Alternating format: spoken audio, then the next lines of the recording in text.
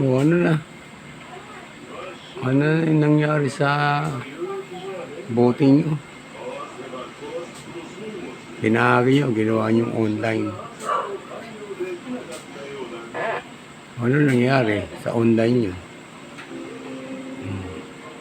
Yung mga hindi inaasahan, lumabas na. Diba? Hindi na may tatanggi. Pero mo lumabas doon hindi mo naman binoto. Lalabas. Meron pa mga rebelde. May Joseph. May Castro pa. Casino. Nakakahiya naman yung antara ng katarantaduhan ng kalokohan eh.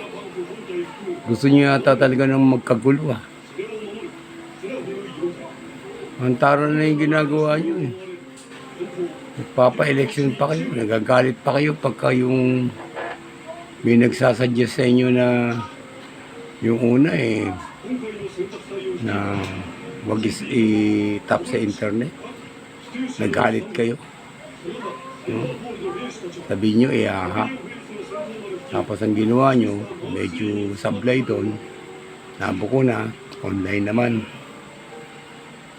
Wala namang iyayari dyan. Talagang pipilitin nyo. Ang titigas talaga ng mga mukha nyo. Walang kasing tigas talaga yung mga mukha nyo. Antara na eh.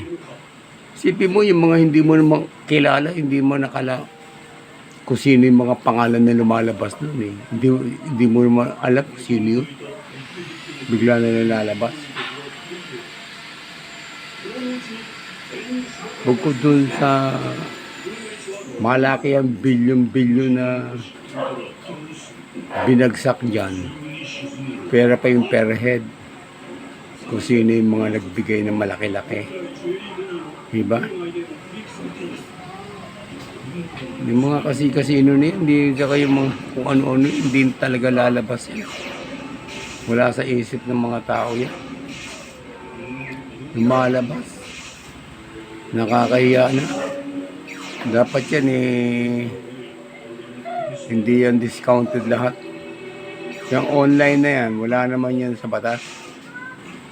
Bigla na lang yan ginawa.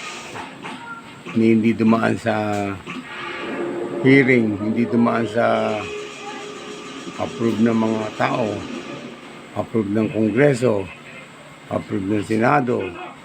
Bigla na lang sinabi. Online. Yan yan, semplang na yan, online na yan. Tatangalataan na kayo eh, grabe. Garapala na talaga. Sobra. Mahiya naman kayo. Kahit sa kapitbahay nyo, mahiya kayo. Sa mga anak nyo, mahiya kayo. Mga kamag-anak nyo, kapitbahay nyo. Mga talagang mga wala talaga kayong mga ano.